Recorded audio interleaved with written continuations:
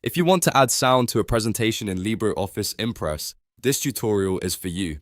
In the next few minutes, I'll show you exactly how to insert audio into a slide so you can make your presentation more engaging, more professional, and easier to follow.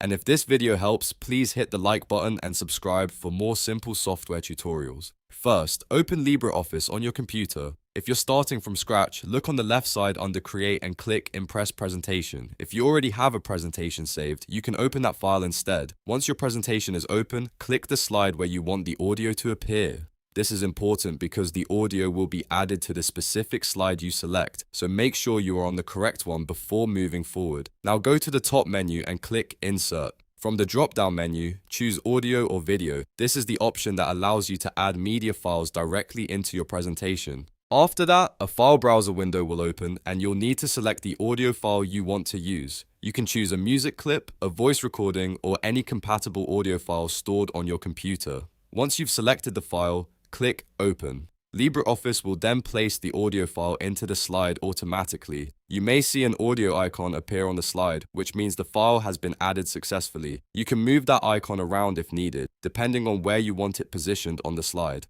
At this point, your audio is inserted, and you can continue editing your presentation as usual. If you want the audio to play at a certain time or behave in a specific way during the slideshow, you can adjust additional playback settings later in the properties or animation options. But for the basic process, that's all there is to it.